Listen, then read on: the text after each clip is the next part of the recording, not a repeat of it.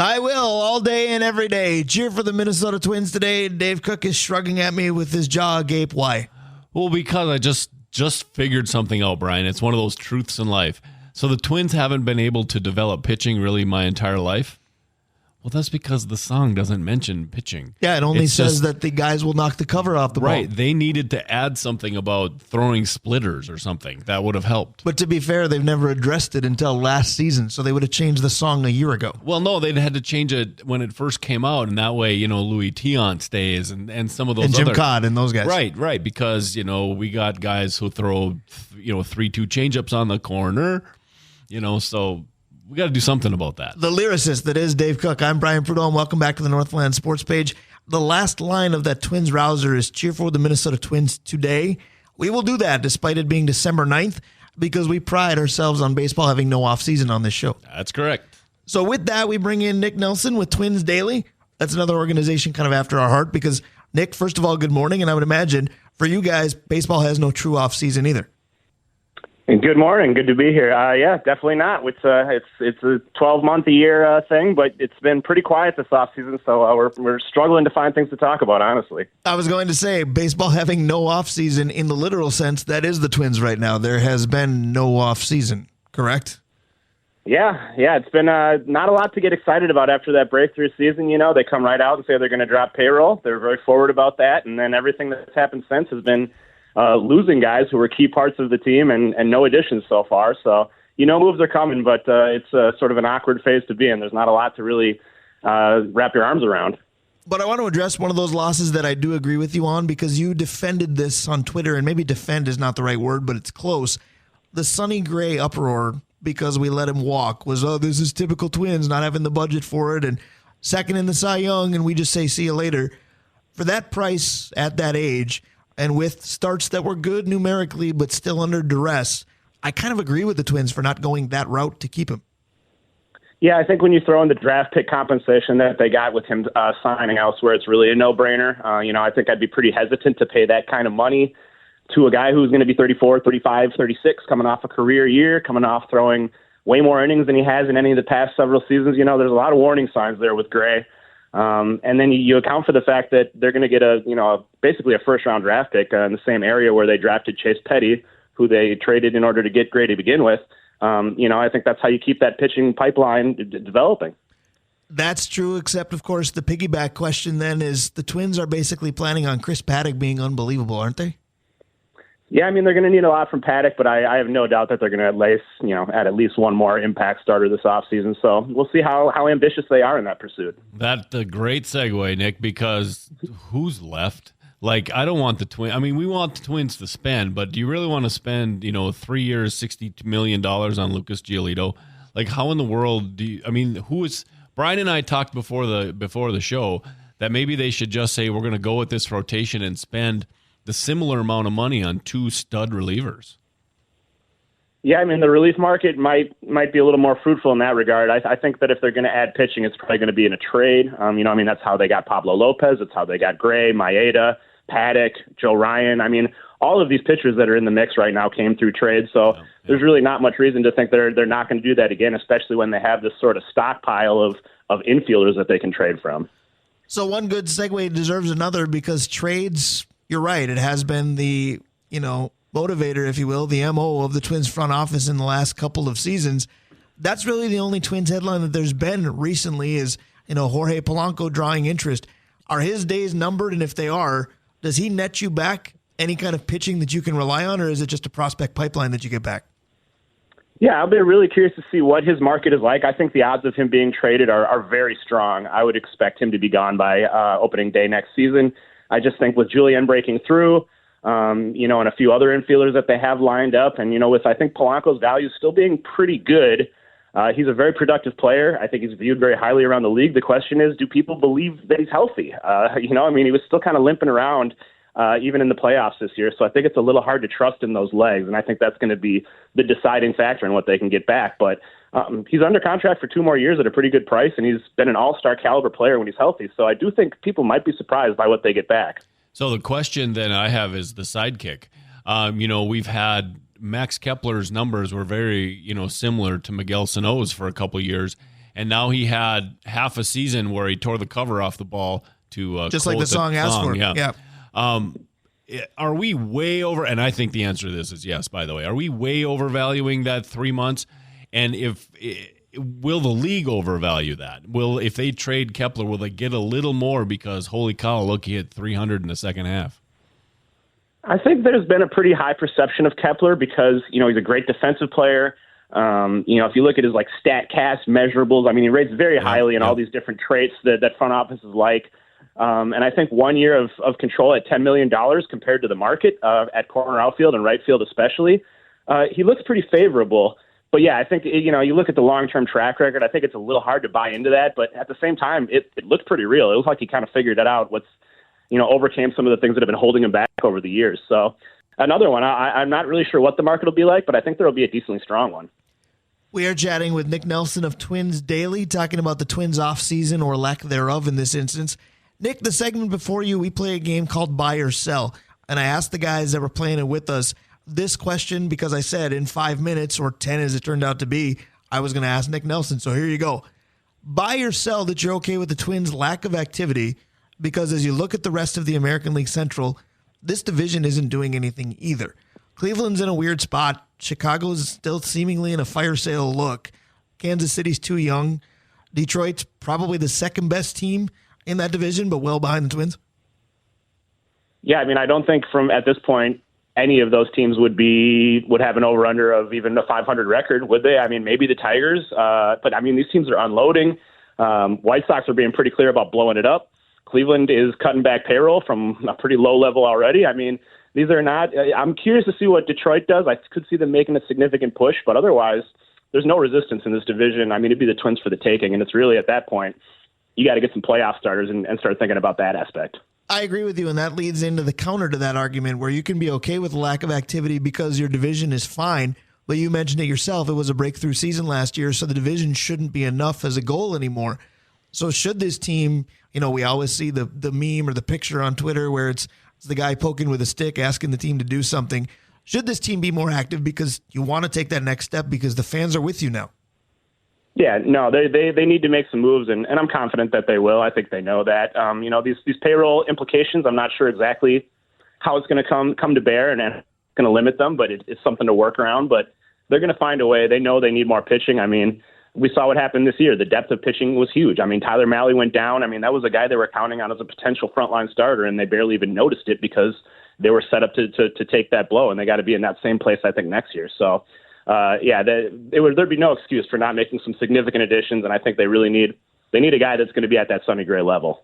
So, Nick, we were Brian and I were talking about this as well. And when you're trying to save payroll, one of the things the Twins have to figure out is Buxton, right? Is he a center fielder or is he a DH? And so the question is this. Michael Taylor came in last year and kind of saved the Twins season. But this year, if you need pitching and you're going to cut payroll, is this Austin Martin's center field to have? Is it his right now unless something weird happens because we need that money for pitching? Yeah, I don't know if they would turn to him right away. They probably want to give him a little more time. He was very encouraging in the second half at AAA.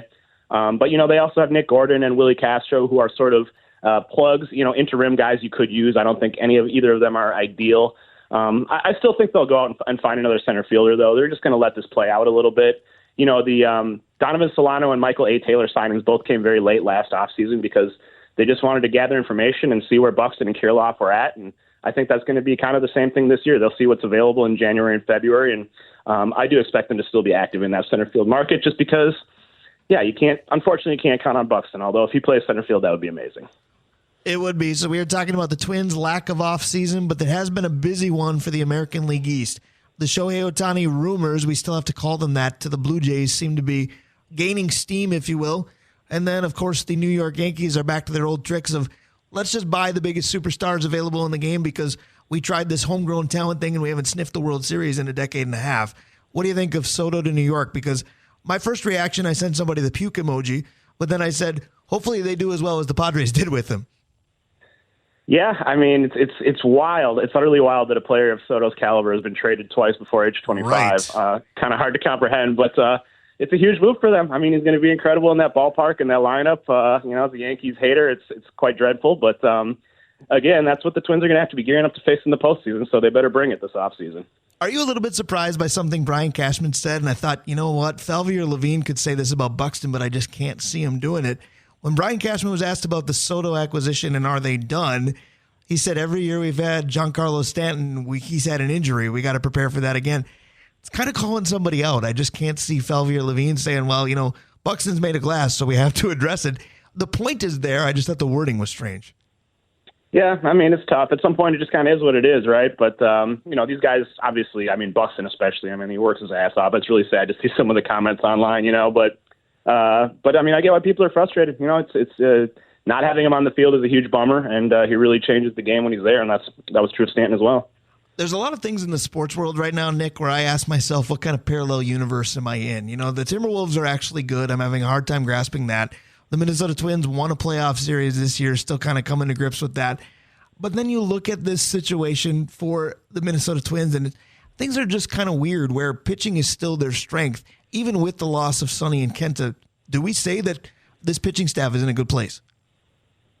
I do think the staff is in a good place. To have, a guy like Varland in the number 5 spot with no additions being made is good. I do think they need more depth, as we discussed, and it's going to be interesting to see. They drafted a bunch of pitchers, college pitchers last year in the 2022 draft who looked really good at single A this past year. There's a handful of guys, and I think, several of those guys could become factors in the depth pipeline really quickly. So that's going to be key. Can they churn out a few more of these Joe Ryan, Bailey Ober, Louis Varland, some of these internal guys that are going to be less expensive, controllable, payroll friendly. I think that's going to be the key, and that's really what Falvey was brought in to do from Cleveland. So a quick follow-up to my parallel universe point is this.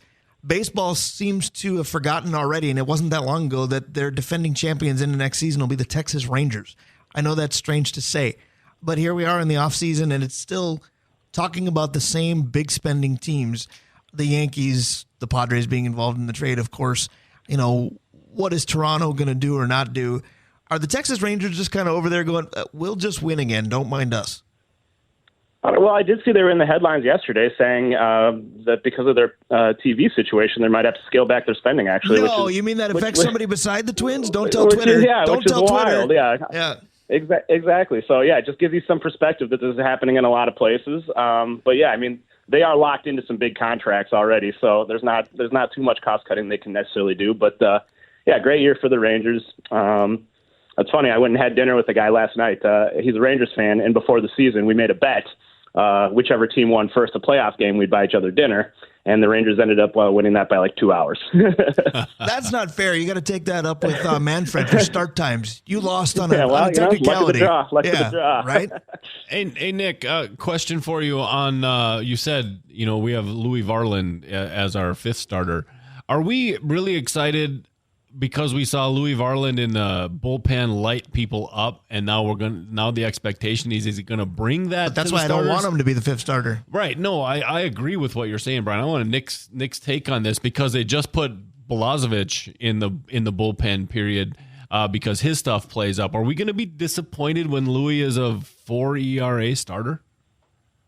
That's a great question. Yeah, I was just thinking about this because it's nice that he has that baseline now that we know he can be a lights-out reliever, and I think it'll probably make the Twins a little less patient if it's not working out as a starter, but I am curious to see what happens if he brings that cutter that he sort of introduced in the relief role back to the starting role, because I don't think he was really using that before, and it was a huge ingredient in why he was just dominating everyone. It was like totally unhittable. So I still have some hopes for Varland as a starter, but when you look that good in a relief role, I think it's in Rocco's head now.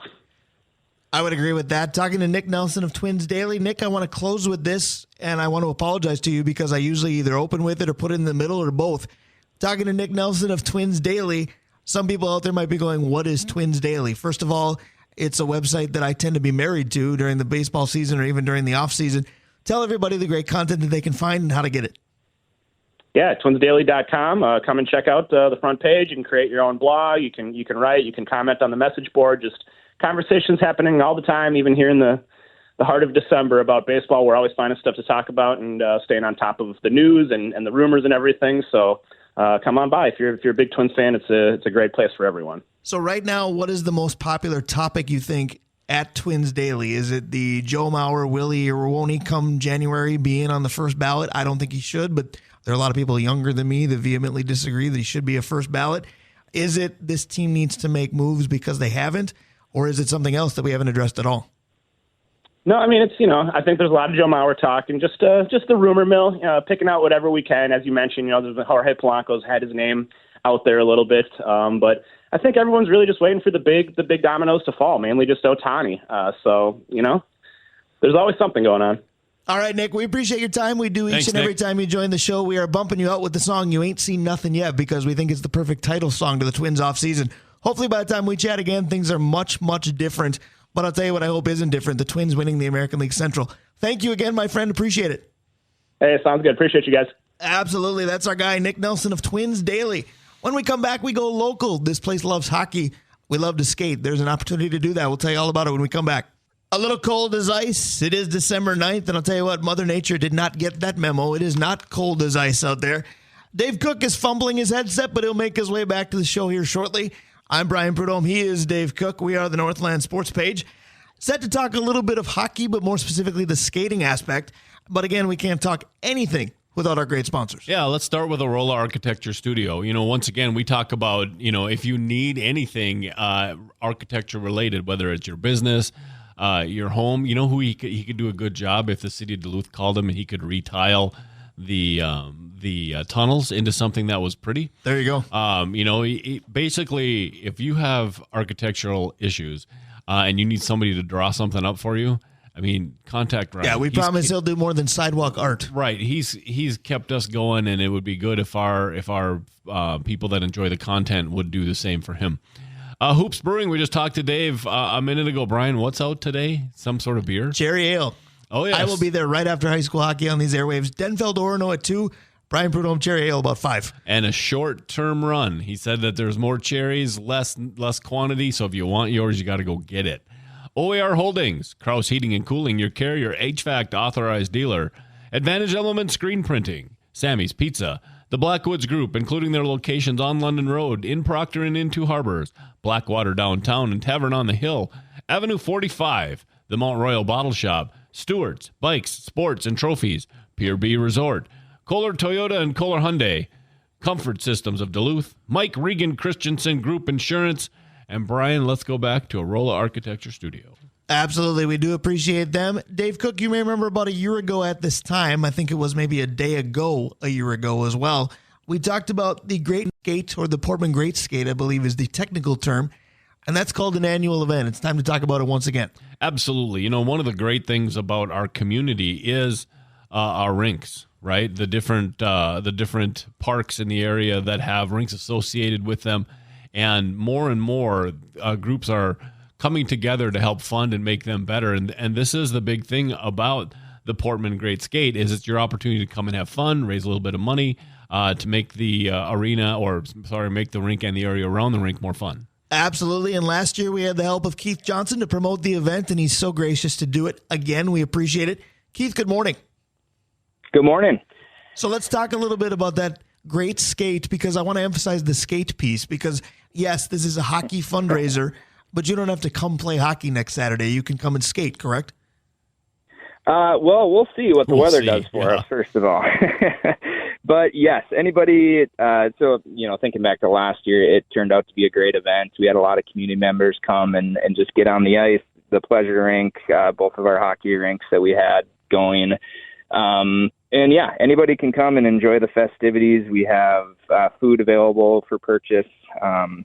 It's just a really fun event. Last year we had some Duluth East hockey players come. We might have a few more come this year. And really, it's all focused on the kids. And we just want to create an event to help build our community and just show the kids a good time. Absolutely. And you segued nicely with your initial response of the "we'll see." Now, the event is scheduled for next Saturday. That's December 16th from 3 to 6. And there are a lot of us that are enjoying this warmer December. When it comes to maintaining and utilizing a hockey rink outdoors, that enjoyment is not there. Is there a plan B if Mother Nature continues to please some of us, but not all of us? This is really killing me. I mean, I have never been hoping so hard for cold weather in my life, and I think pretty much every area hockey association is probably thinking the same thing, because we're to the point now where indoor ice is really hard to come by as tournaments and games start. So we're hoping to push through. It's really not looking good. As far as the plan B, we're not going to postpone it or anything like that. The event is going to happen no matter what on Saturday. It could turn into a soccer game. It could turn into kickball. Who knows? It's just going to depend on what we have. And if we have a little bit of ice down, maybe we'll have some boot hockey opportunities for the kids. But, the skating part of it, like I kind of alluded to, is sort of secondary to just the overall, building of our community and just getting everyone together, from our mini mites all the way up through our mite twos, and just, continuing to foster that community that we have. So again, we are chatting with Keith Johnson about the Portman Great Skate. Again, the event is next Saturday, December 16th from 3 to 6, again at Portman in Duluth. And if the event alters a bit because of the weather, and let's face it, in this area we're used to that, but we're used to it on the other side. If it's too cold, too snowy, too windy, we're used to kind of having makeshift events, not necessarily used to too warm. But the good news is, if it alters at all and if the crowds get altered, donations don't have to change, because you've got a QR code, you've got a link. There's plenty of ways, whether you attend or not, to help this, correct? Yes, absolutely. So far, we set a goal this year of $10,000 in donations, and as of now, we're right about 8,500. So we are very close to our goal. And we have 138 different donors that have donated so far. And basically what we ask our kids to do is just go out and ask people to support them for their year of hockey, and especially for this event. And it started last year, and I remember you kind of riding us a little bit about our first annual Great Skate last Journalism year. Well, 101. Now you can do that, yes. We can officially say second annual, yes, because it is our second year. So it worked out great. Last year we set a goal of, I think, $7,000 or $8,000, and we surpassed it close to 11,000. So we kind of upped it a little bit more this year, and we're getting really close. And we offer incentives for kids. Some of our top donation collectors will be eligible for prizes.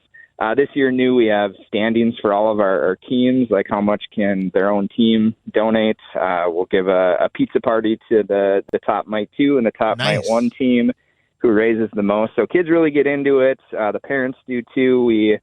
My wife actually creates little social media posts that parents can ask her to put together with a little quote about what kids love about Portman and a picture, and that's been circulating around too. So yeah, we really do a lot, and it's all, focused on these kids and trying to give them the best, opportunities that we can. So again, it's the Portman Great Skate next Saturday, December 16th from 3 to 6. And again, all of the event's proceeds will benefit Portman Hockey. It's to cover the costs associated with equipment, facilities, and of course the various tournaments throughout the year. Getting details now from Keith, and of course you can get details online at DuluthHockey.com. So Keith, one of my questions was, when fundraisers often happen, there's a thing in mind, an upgrade or an addition to the rink or to the warming house or anything like that. Is there a goal, something that the Portman Group really wants to upgrade with some of this money? Well, yeah, and this last summer, because of all the the money that we were able to raise last year, we made some major groundwork. We made some major groundwork improvement on our rink, because we had some pretty bad drainage issues last year. And if you've ever been to Portman, it's kind of down in the valley almost. And with all the snow that we had last year and all the extreme temperature swings from warm to cold, we had a lot of melting that made for some pretty bad ice. The Zamboni went through the ice a couple different times last year just because it got undermined by all that water.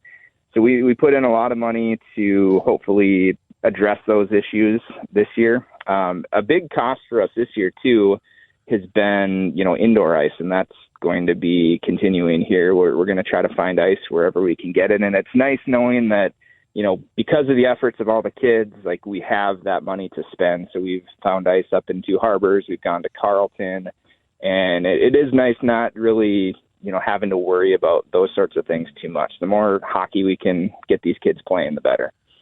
So let's talk a little bit about last year's event. Let's focus on the positive and say the weather cooperates enough for this to at least be similar. With that first debut event, Are most of the kids coming having hockey games break out, or is it legitimately just skating where people are just enjoying and lap skating, or is there enough of a combination of those that were in attendance?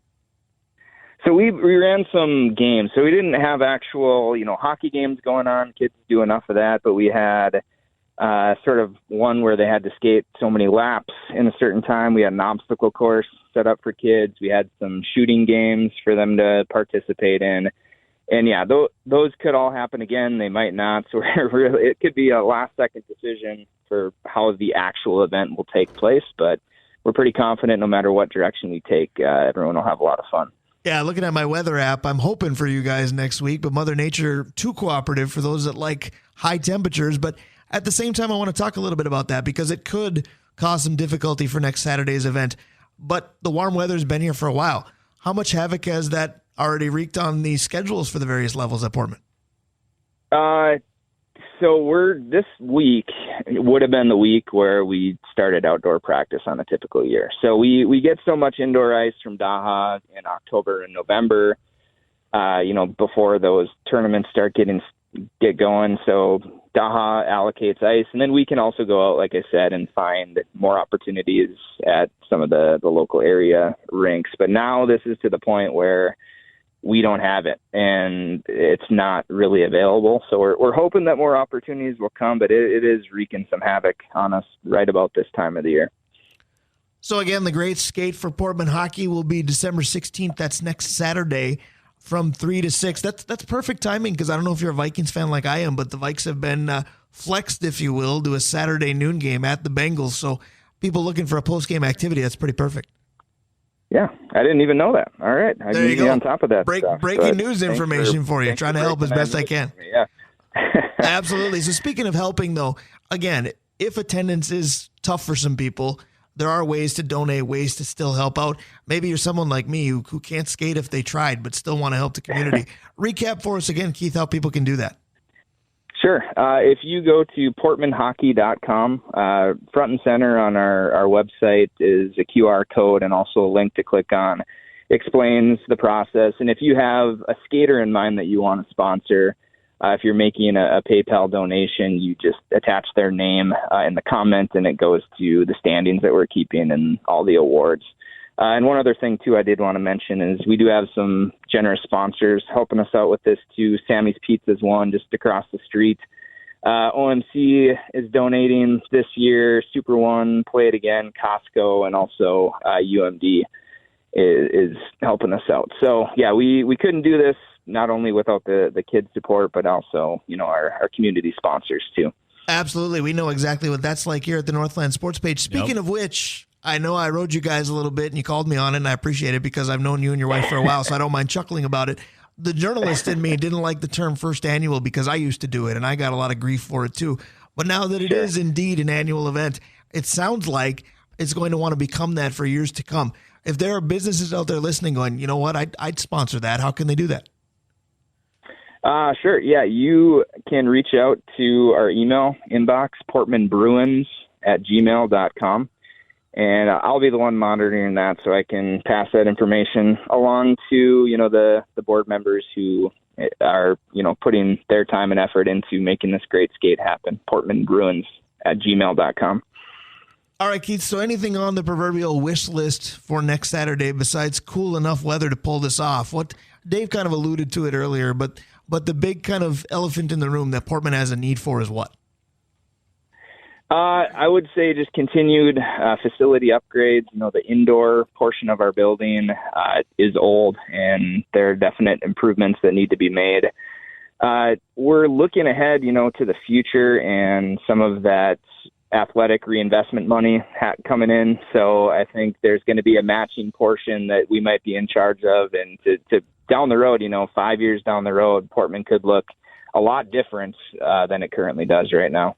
Well, we will hope for the best for you next Saturday. We're bumping you out with a little Ice Ice Baby from Vanilla Ice. If only it was like skiing where Spirit Mountain can just make their snow. Is there a way we could make ice for you? I promise I'd do it. Yeah. But I hope next Saturday goes well.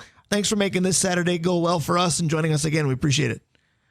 Yeah, thanks for having me. Absolutely, anytime. That's our guy. That's Keith Johnson. The Great Skate at Portman is next Saturday. It is from 3 to 6.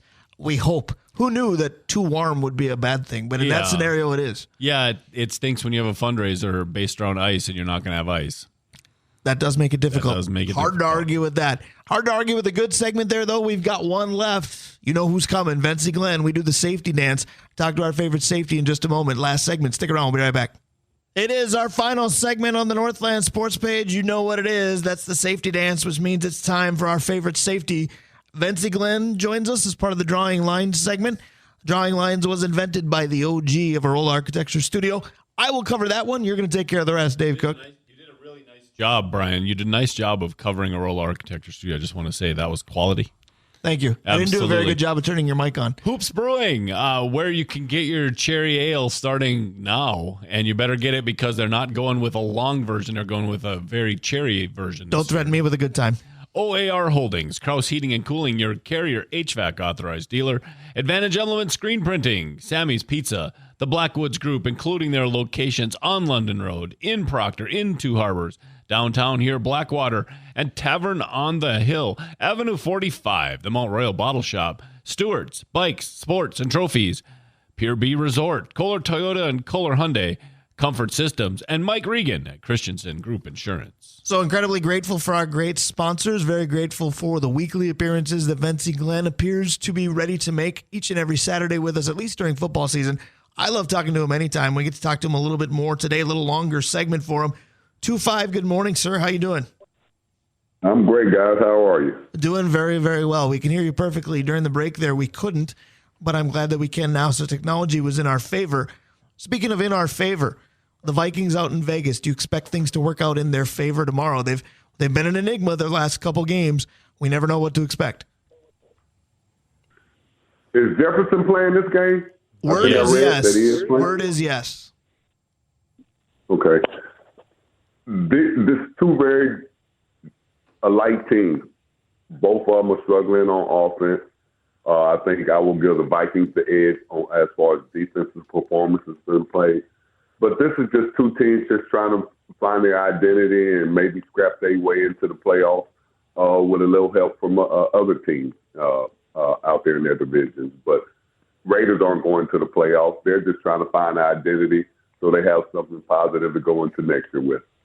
It'll be interesting because we're looking at potential O'Connell on O'Connell crime, whether it's Kevin O'Connell's team making life difficult for Aiden or vice versa. Aiden O'Connell should get the start for the Raiders tomorrow. First thing you asked, though, Vencie, is Jefferson playing? And it's a worthy question because that's what the fans want to know, too. Josh Dobbs has struggled, but he's getting the call again tomorrow. Having a weapon like Justin Jefferson could be a good thing, but I'm going to play devil's advocate a little bit. We knew in the Mike Tice era that there was a Randy ratio as well, and get him the ball, get him the ball, get him the ball. Is it possible that Josh Dobbs says, I got the best receiver in the game, that's who I'm going to go to constantly now, and he fails to go through his reads correctly? He's a very highly intelligent guy, as you can see. Anybody deals with NASA, their intelligence level is real high. No doubt. It's just that, when you go through a lot of systems and you just find ways, because he's a gamer. He just finds ways to try to get the job done. He doesn't excel in anything just tremendous. The more you run, the less you're able to read defenses and understand what they're trying to do to you. And the more you stand back there and get hit, you're probably going to get put out the game and be hurt for the season. So he's in a predicament where he's still trying to learn his players and teammates to get their trust. But at the same time, they're just not a very good offensive team. They struggle. And so their defense has held them in there. He just has to find a way to keep them in the game and give them a chance to win in the fourth quarter. It's just that simple. Vencie, you were talking earlier about two teams trying to find an identity. At what point as a player do you look around and say, we should have had an identity by now? And if so, when do you think that starts to come to fruition when we know who we are? I'm going to be honest with you. The teams that have an identity just look at their head coach, look at him, not just because of analytical stats and they say that he's a guru in his mind, but look what he brings to the table. You have to have a manhood of a coach to go out and coach these young kids today. You can't be on the same level. You have to have that edge where they totally respect you when they walk in the locker room. And that's tough when you're a young coach. You know what I'm saying? These young guys are very hard to be coachable and attention to detail on a regular basis. You look at the great ones like Mike Tomlin. He's struggling with his locker room. When great coaches struggle, that's a locker room issue, man. You ain't quite got the leaders you need in there to help you keep these guys focused for 4 to 5 months during the season and then going into the playoffs. So it's real difficult to say this team is this way and this team is that way, especially after one injury. Most teams lose their identity if one of their starters get hurt. No question about that. Talking about some heavy material with heavy hitting Vencie Glenn of the Vikings days of old. Vencie, I want to have a little bit of fun with this question because you played the Raiders plenty because you were part of the AFC West in your Chargers days. Obviously, the Raiders have changed location several times, and now they're in Las Vegas. Is there part of you that would have said, hey, I would have loved a road trip to Vegas? Or as a player, does the city not matter because it's still a business trip and your itinerary is booked with football mainly 24/7? Or is there part of you that said, hey, road trip to Vegas, sounds good to me. Where was that when I played? No, I would have said, nah, I'm good going to Vegas. I can go to Vegas on my own. And most guys have already been to Vegas. It's a distraction, man. It's for the fans. They do that for the fans. The players, man, they'll play anyway, just put us in our surroundings, and that's why fans can't come on the field. That's why fans can't interact. That's why sideline coaches got to keep their hands to themselves because too many people want to get involved in the game. So it's a distraction, to be honest, when you're going in visiting. You know you got everybody that might be a fan of yours coming into town, staying at the same hotel, and you just like, you can't go out. Where you going to go out in Vegas? Right. And you can't, you get mugged or get robbed or anything can happen in Vegas, man. So just your movement is not the same, and you want to get in there and get out and get back home.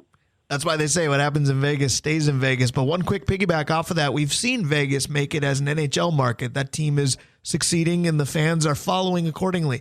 Looks like they're going to get baseball at the expense of the Oakland A's. They've got the Raiders. Now, it's nowhere near the black hole from what I've been told, but do you think Vegas is going to succeed as an NFL market? Absolutely. My brother lives in Vegas. Matter of fact, if you need a Jeep, he's the sales manager at Henderson Jeep over there in Henderson. So, Vegas, I was over there earlier this year a couple times, and they love it. Man, they're one of the richest cities in America. People don't know that. That's where all the people from the Silicon Valley, when they had to spend that money, come on over to Vegas, man, build these $20 million, $30 million houses up there. It's phenomenal, Vegas. It's not the old Vegas. I was dumbfounded earlier this year when I went over. So, yes, they are going to succeed. They're already succeeding in hockey and WNBA. Can you imagine right. when the they Aces get the football rolling and everything? They're rolling in Vegas. So they've got the money, but they don't have the intimidation anymore. Is playing the Raiders on the road just a totally different experience, you figure? Because tell us about some of yours, because it had to be different when the black hole was what we know it to be. Yeah, well, it's different. Back then, when you played the Raiders, you had Al Davis. You knew you had the Marcus Allens and you had the traditionals. That organization, since Al Davis has passed away, God bless his soul, because I love playing against him, it's just changed. The identity, the musical chairs with the coaches, all that. That's not Raider mentality. That's not – a lot of the Raider guys are my friends. I was with them Monday at a celebrity bowling event. That's not Raider football. That's not what the old heads like. They want to get in there and play. And even the players like that old mystique of the Raiders being with the Raiders, But the organization, for some reason, wants to play pancake with offensive coordinators and head coaches instead of saying, let's get back to Raider football. And for some reason, hopefully, I thought they were going that way when they got a Devontae Adams. And if they let Antonio Pierce stay there, I think within 2 years, they'll have that mystique because they have the players. And so the mystique is there still, I believe, because they're definitely loved down here in San Diego. Trust me. That's now they are, certainly, yeah. No doubt. Even when I played here, they would fill up half the stadium, just like when Green Bay comes to Minneapolis. They got a whole lot of fans in there, too. So it's back and forth, and that's what they're missing. I think they have the players. They just don't have a leader to lead them. Very good point. It reminds me, Dave, when we had Tim Brown on the show back in April, and we talked a little bit about Raiders football. They've gone from Al Davis to the younger Davis, who's more noted for a bad haircut, but the mystique may be on its way back. Go ahead. Yeah, speaking of mystique, hey, Vince, I have a quick question for you. We saw on Monday night, we saw the inconsistency with officiating in the game. As a player, you know, we talk about game planning, right? Do you game plan for officials as well, their tendencies? No, I just cussed them out when I was on the field. Man, it is truly sad how bad officiating is, man. Because now, guys, these guys got egos. You walk around, you look at the official. He got arms bigger than J.J. Watt and Bosa and them out there. He like, man. Yeah, your form is half the size. You remember when Ed Hockley was the exception? Now he's the norm. Go ahead. Yeah, and so you look at it even in basketball, bro, and they make it personal. They make it personal. Yeah. Like in basketball, you can't wave your hand at them. That's a sign of disrespect. And, like, you know, just the little things they give these guys. So, but the penalty for them is what? When they blow a game call like they did in Kansas City. That's garbage, man. That's garbage. Even though I'm a defensive guy, that's garbage. Then you go to the very next play, and the guy pushes him in the back. You have to. That's your job to see that. Yep. How can you be? But you can call when you're 20 yards away. You call illegal contact on a DB just running with the guy and ain't even been just fighting for the ball, and you'll call that call all day long. Yeah. Or you'll call a hand to the helmet against the quarterback. You'll make these bogus calls all day long that were like, come on, man, you really looking for that? And the obvious, that determines games are not called.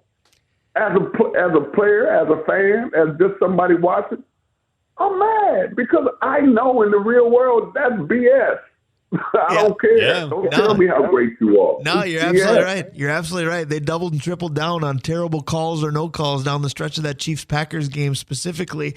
Vencie, I had a question posed by a listener earlier this week and asked if I would run it by you, and I probably have to some extent already, but I want to be as detailed as this listener was.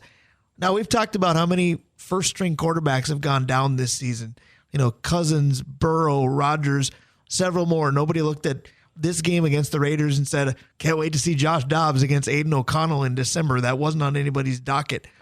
Do you think there's a reason for this? Because Chad Greenway said injuries are guaranteed in the NFL. They just happen. You've said before, people don't take the proper care of their bodies, and then the injury risk is too high.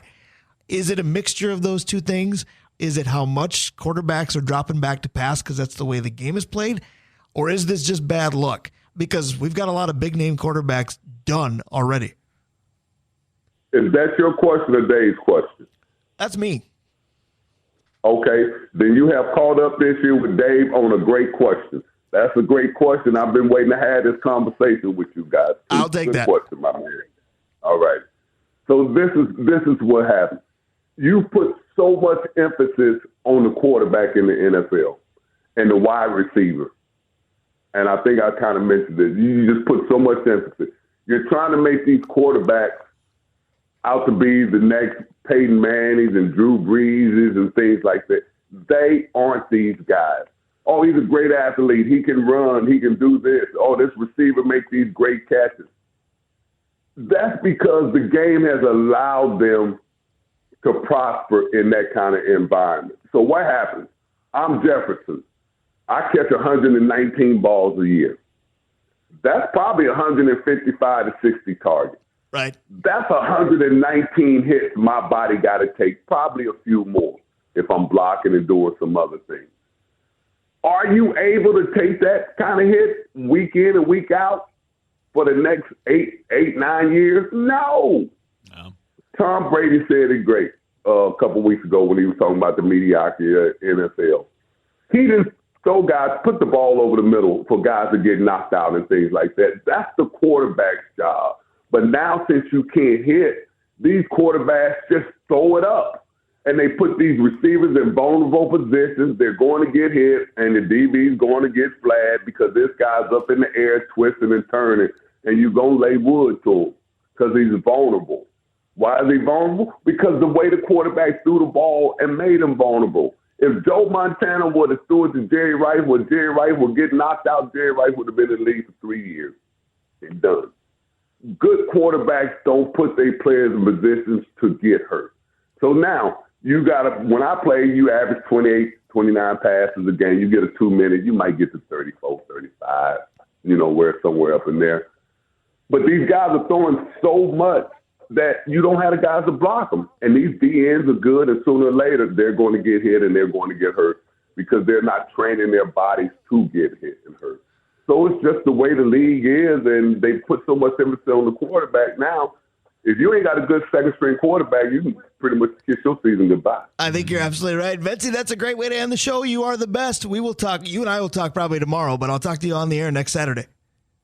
I appreciate you guys. Thanks so much. Thanks, absolutely. That's 2-5. That's Vencie Glenn. That's a heck of a show. We got to go. Denfeld and Orono, 2 o'clock. I'll be with John Carlson. We'll talk to you then.